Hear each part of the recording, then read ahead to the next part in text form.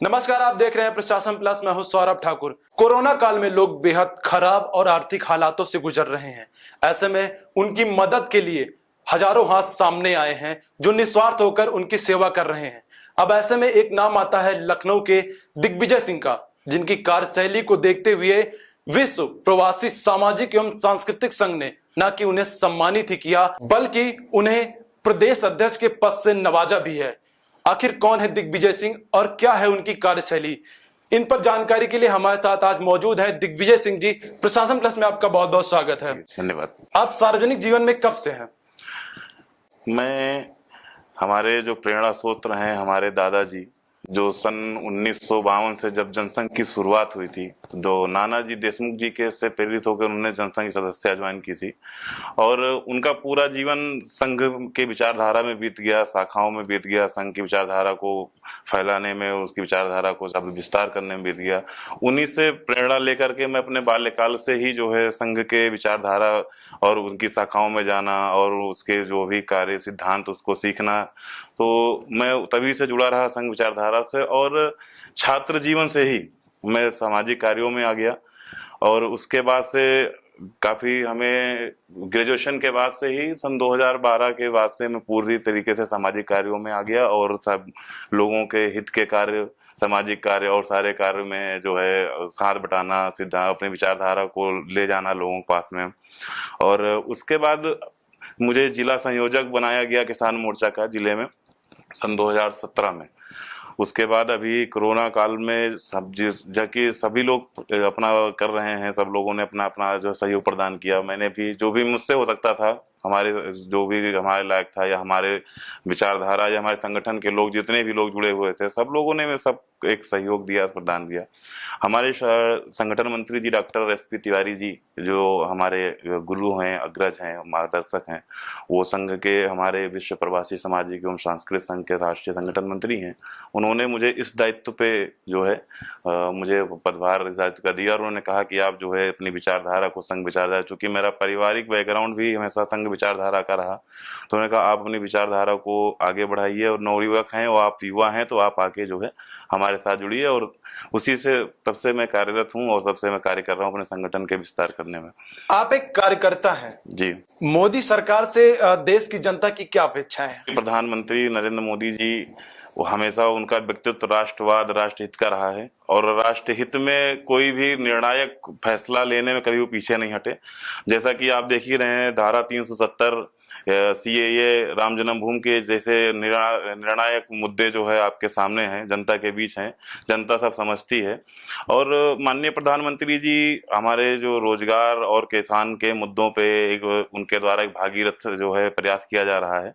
और जो बेरोजगारी और किसान के जो मुद्दे हमारे पूर्ववर्ती सरकारों में, भारतीय जनता पार्टी सरकार बनने से पहले ग्लोबल स्तर पे बेरोजगारी थी, उसमें बहुत कमी आई, बहुत उसमें गिरावट आई।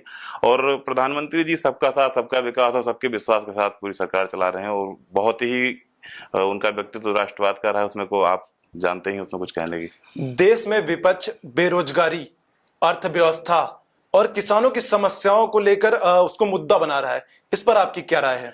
देखिए, विपक्ष के पास तो कोई मुद्दा ही नहीं, वो अपने आप को स्थापित करने का संघर्ष कर रहा है। उसके पास कोई मुद्दा नहीं, उसके पास कोई ऐसी विचारधारा नहीं, ऐसा कुछ नहीं कि वो जो है किसान हित में, वो तो अपने आप को स्थापित करने की संघर्ष में चल रहा है। और जैसा कि आप जानते हैं, किसान और बेरोजगारी की जो बात है, जो ये लोग कहते हैं, आप जानते हैं कि जन कल्याणकारी इतनी योजनाएं माननीय प्रधानमंत्री जी के द्वारा चलाई जा रही हैं, जो नीचे ग्राम स्तर पे, ऊपर भी जहां जो चीजें हैं, किसानों के लिए आर्थिक मदद, सहयोग, धनराशि और एक छोटे छोटे से पहल, जैसे कि जो किसान पहले बैंक नहीं जा सकता था, बाहर नहीं जा सकता था, अपने घर के पास ही छोटे छोटे ऐसे जो है केंद्र बनाए गए, जो आप अंगूठा लगा के अपना जो पैसा निकाल सकते हैं, अपना कार्य कर सकते हैं। तो विपक्ष का मुझे नहीं लगता कोई मतलब है। सरकार इतनी अच्छा कार्य कर रही है किसानों के लिए, जन कल्याण योजनाओं के लिए। प्रदेश में योगी सरकार चल रही है, योगी सरकार के कार्यकाल से प्रदेश की जनता की क्या राय है? देखिए, माननीय मुख्यमंत्री जी की जो सरकार है, ये बहुत ही सफल सरकार है और माननीय मुख्यमंत्री जी की जो सबसे जो मेन सरकार की जो सफलता है कि जो हमारे प्रदेश में एक जातिवाद की राजनीति आई थी, जातिवाद की भावना आई थी, जिससे हमारे प्रदेश की जनता को बहुत पीछे ढकेल दिया था, उसका अंत हो रहा है। माननीय मुख्यमंत्री जी के देखिए आप कोविड-19 के काल में देखिए कि हमारे मुख्यमंत्री जी की जो हमारी कार्यशैली है उसको तम विभिन्न प्रदेशों के मुख्यमंत्री जी एक रोल मॉडल की तरह प्रयोग कर रहे हैं और हमारे मुख्यमंत्री जी पूरी तरीके से कोविड में हर चीज में सफल रहे। पूरा भारत देश हमारे मुख्यमंत्री जी को एक सफल मुख्यमंत्री के तौर पे आज देख रहा है, किसान का हित हो रहा है और हमारे मुख्यमंत्री जी की जो सरकार चल रही है, हमारे सरकार के जो अफसरशाही वो हमारी जनता के लिए है। विपक्ष के पास यहाँ भी कोई मुद्दा नहीं, वो अपने मुद्दे को तलाशने के संघर्ष कर रही है। उसमें अगर बात करें तो बीजेपी कार्यकर्ता और अन्य पार्टी के कार्यकर्ताओं में क्या बड़ा अंतर है? स्थापना ही राष्ट्रवाद के हित में हुआ था और परम पूज्य श्यामा प्रसाद मुखर्जी जी, उन्होंने पंडित दीनदयाल उपाध्याय जी के साथ में एक जो है राष्ट्रवाद और अंत्योदय के भावना से भारतीय जनता पार्टी की स्थापना की गई थी। और भारतीय जनता पार्टी का हमारा कार्यकर्ता जो है साल के 12 महीने 5 साल जो है हमेशा जनता के बीच सक्रिय रहता है, कार्यरत रहता है। और विपक्षी पार्टियों का जहां तक मैं जानता हूं कि सारे लोग जो है सिर्फ चुनाव के दरमियान बीच में जाते हैं, उसके बाद चले आते हैं, फिर ना कोई मुद्दा है ना कोई मामला है, जब चुनाव आएगा फिर चले जाएंगे। तो भारतीय जनता पार्टी ही एक ऐसी पार्टी है जो राष्ट्रीय हित और राष्ट्रवाद के हित में मातृभूमि का बंधन करती है, मातृभूमि को सर्वोपरि करती है। बाकी विपक्ष के पार्टियों में ऐसा कुछ नहीं जो राष्ट्रवादी हो या राष्ट्र की बात करती हो।